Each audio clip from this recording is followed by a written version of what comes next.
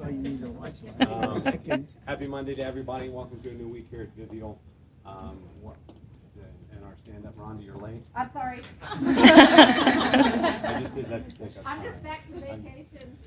She's still making us Vacation time. Today, our topic is how to keep things fresh, how to keep things unique.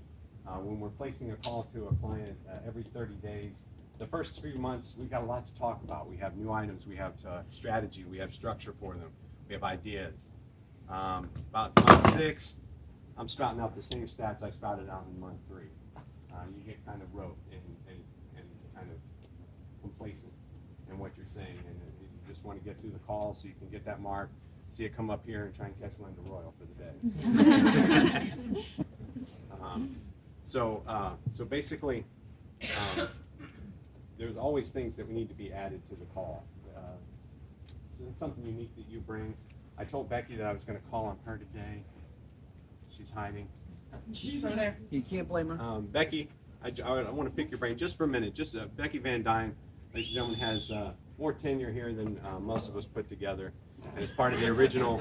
Don't mean to suggest that you're old. Thanks, Bruce. That wasn't my point, but No. experience, seasoned. And she was part of the original AC team, I think, when it became a channel. Yeah. So you've probably placed a lot more calls than a lot of us have. Becky, how do you keep it fresh? What kinds of things do you bring to the table or conversationally to make the client want to take your call month in and month out? Well, I think, like we've discussed before a lot of times, right? I like to get to know my clients. So again, like everybody else, I'm making those conversations with them like, hey, how you doing? How's the kids? That type of thing. But then every week, I kind of pick a particular product, or not every week or every month. When I was in AC, I'd talk to them and we'd pick a particular product and we'd focus on that. And what can we do to make this, perhaps maybe a YP.com better this month? Have you thought about reviews? Have you thought about photos on there? And then maybe the next conversation then is the SEM. So every week, it wasn't like, I'd call and go, hey, this is what you've got for this product, this is what you got for this product, and do that month after month.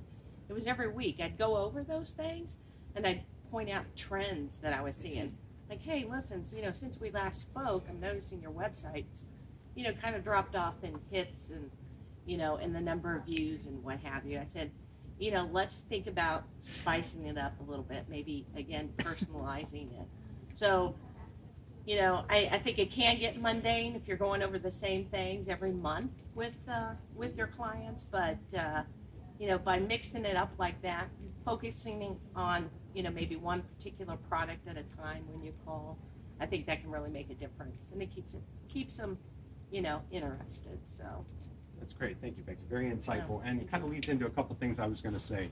Adam Stever, our esteemed trainer, has spent a great deal of time providing us with single sheets, value adds for each product that we offer, even for every facet of our business, every facet, be it social media. What's your social media strategy? Do you have one? How are you appearing on Facebook? Do you have a Twitter? Do you want a Twitter? Do you need a Twitter? So adding value using one of these. Another thing Becky said, picking one product. You can do that with these value adds. Picking one topic. You can go to websites that are specific to our industry, like SEO Land, SEO Engine Land, I think Moz.com, these types of things. They often have articles, up-to-date articles about our industry and what affects it and what kinds of things we can bring to the table. The most recent article is a study University of California was doing about local appearance and how do you, what kind of presence do you have locally. And much like most of us already know, and it's confirmed by this study, is that traditional SEO, keywords, tags, links, those are all very powerful, and reviews. Reviews are still huge for Google.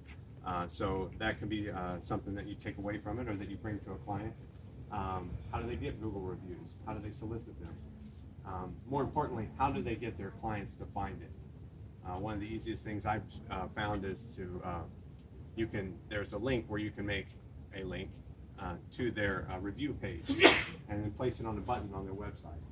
Then all they have to do is direct someone, please leave us a review, go to our website and leave us a Google review. Make the button predominant, easy to find, and then it's easy for them to get reviews. So, so you're bringing things like that to the table. Does anyone else have anything else unique that they do, or what they try and how they mix it up? Anything? Everybody else just reading down the TDAC and okay, great. I do the same thing that he does, one at a time. One at a time. Product at a time. So that'd be your focus for the week, and then and you can do the same thing with the article. Like if you read that article about the SEO research that they've done, that can be your go-to for the week. You can bring that to, because it's applicable to all of our clients. Do you have a Google listing? Is it fully optimized? Has it been claimed? These types of things that we can provide value. Does everybody know where to find the value add sheets in the portal? Okay, Carrie Ann, great, thank you. Yes, I do. Anyone else? Well, I think the big thing is find out if they are at least semi-engaged, find out what their hot buttons are, and remind them what it is. I mean, what you expect from their SEM. But this is the standard that's going on as far as your traffic, because they don't know if you're telling them their website is hitting 45 visits a month, whether that's good, bad, indifferent, whatever it is for that. So long as you give them that benchmark, because they're getting hit with so many different people with so much information, trying to earn their business from it, saying, and I got one the other day where I just got a call from somebody and they sent me this report that says this, and I said, yeah, well that's, and they were going through SpyFu and pulling some information, and I explained to them that was pulling from another site that they had that didn't even relate to any of this. So there's a lot of information out there that we kind of should reset each time we're talking with them to make sure that they stay on track with the information that's being given to them from us, because they can confuse what they're being told by others. Great, thank you, Dennis. And this morning I had a little technical difficulty. I don't know if anyone heard. I was playing a song by Weird Al Yankovic. I figured that's a great way to start a Monday morning. It's done in the fashion of Crosby, Stills and Nash, Sweet Judy Blue Eyes, and it's called Mission Statement. Basically, the whole song is a series of buzzwords and cliches in business that we use over and over again, but there's a reason that we use them, because there's some truth and there's some power to some of them. And two of them that I want to pull out from the song. One was synergy, which ostensibly means that the whole is greater than the sum of the parts. And that's what we're trying to bring to the table. We have so many moving parts, social media, SEM, SEO, website, what kind of listings do you have? What kind of directories do you have? Does it have all your correct information? So many moving parts. But when we put them all together, they develop a holistic, forgive my other buzzword, a holistic solution, which is greater than just each piece individually. So by being able to take each one of those pieces and discuss them on each individual call, again, you're creating something that's larger than just the parts. And the other is client value added, our client added value, which is what we've been talking about. How do I add value to my call? And how do I add value to the products that we offer and to the knowledge that we have? With that being said, I'll turn it over to our featured AC to let us know about what client experience means to her. Holly, please. Thank you. So to me, the client experience is making sure that any client I come in contact with understands their program and also has a pleasant experience getting to know their programs. I want to make sure that the client understands how to utilize their programs and their dashboards to ensure that they receive the most impact from their marketing programs. I know it can get repetitive from an IM standpoint. I feel like I'm saying the same stuff every day, all day long, but I just try to like something unique I try to do is I try to be easy to talk to, try to read my clients just so that I can explain everything, like their programs, the dashboard, things like that, at a level that they can understand. I try to make sure that they never feel like they're bothering me, asking questions or emailing me. I want to make sure that they're never intimidated by myself or their programs, and I like them to feel invited to ask questions and be excited to learn what we can do for and with them for their marketing programs. How do you open up that dialogue for them to feel comfortable asking questions? I just let them know like every outlet that we have. Like you can call me, you can email me.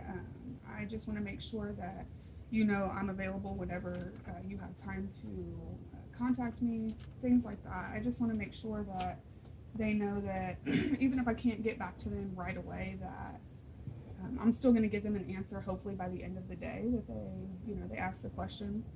I just want to make them feel comfortable. You know, my dad owned his own business. He's not very tech savvy, so I mean, he still to this day calls me and asks me how to do something on his phone.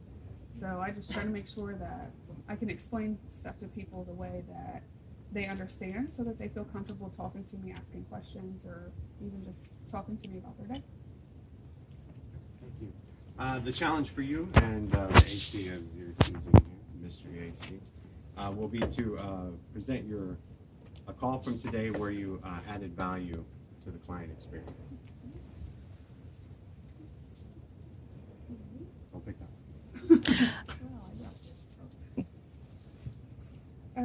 Megan. No, the other Hello, one. you. And how you can get those calls to Michael Watercutter by 4:30 today for that. And everyone have a great Monday and a great week. Synergy.